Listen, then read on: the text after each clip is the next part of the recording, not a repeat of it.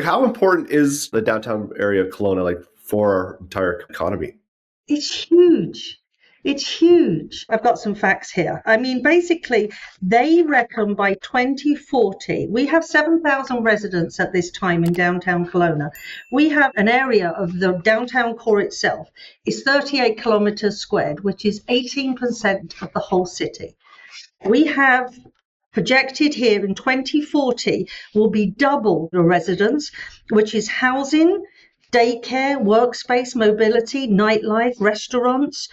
Densification downtown equals stable base for retailers, hospitality, small businesses, and professional services. So it really is pinnacle to an everyday life in a city that is made up like Kelowna is, with a lot of pockets of outer areas. The need for a central place for everybody to come to collectively is huge. The event this past weekend for the Poppy Parade was absolutely outstanding. I was there too. It was fantastic. It was divine. I mean, to see families, the dogs, the kids, and listening to them asking questions, and all of that age diversification was just so exciting to see. And it had a certain buzz about it. And I've had emails this morning, I haven't been downtown for a while, came down for the memorial service. What a great event to have everybody there together. CCMAs, absolutely huge. That what they took away from this city when they went back to Saskatchewan and off to their various places was just nothing but praise. Yeah. For the beauty, the people, all of the facilities that were available to them. Every time we have an event down here, we beat Canada Day. We had nearly 19,000 people here for the show and shine. People like to gyrate to that central core and to be connected to their community. It's such an intrinsically beautiful place, like right along the water, mountains, every direction you look.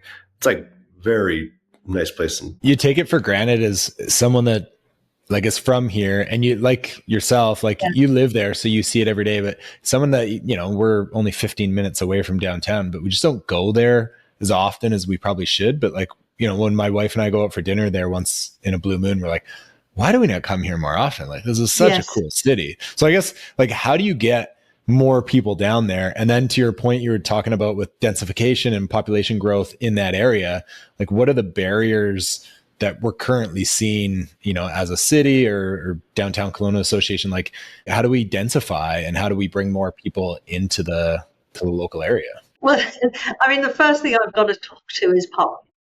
Okay.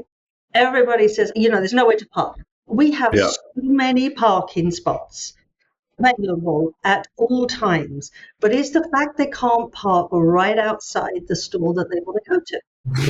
Yeah. So for me, that's the whole point of getting out of your car, leaving it somewhere, and then walking to everything that is available to you, because you don't get to see it all.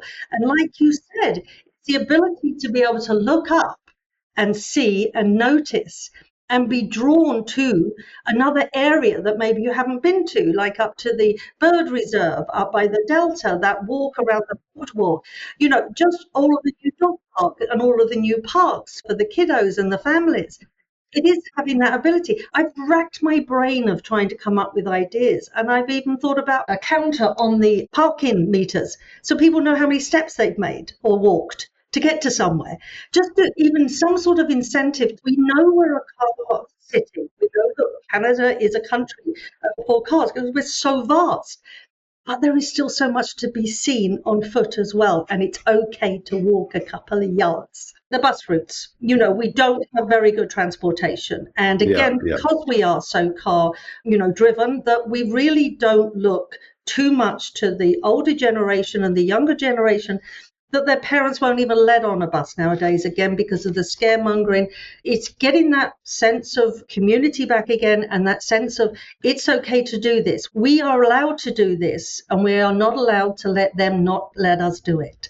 And so we really have to take back ownership of this and really start looking at, getting out there and making the most of what we have available and enjoying that. We lived in Shanghai for a few years, right? So massive city, obviously, but Like it felt like a smaller community than Kelowna because their transportation was insanely good there. Like the shared bikes, taxis, subways, like you could be anywhere in the heart of city in minutes. And then Kelowna, it's like, oh, I got a 15-minute drive downtown and then parking and then whatever. But if you can just like, this summer we were on the bikes a lot and it does make the town feel smaller. Like it makes it feel like more of a community. Exactly.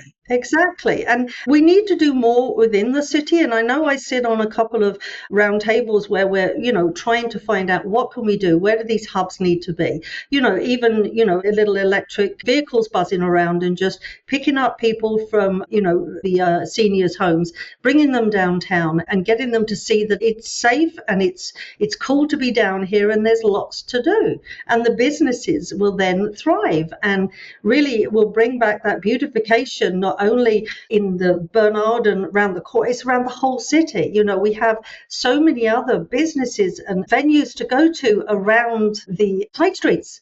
I want to host markets in the alleyways because you then open up a whole new world and it's all that rubbing shoulders with people and just, bartering and carrying your little recyclable tote and buying locally. And that's what it's all about.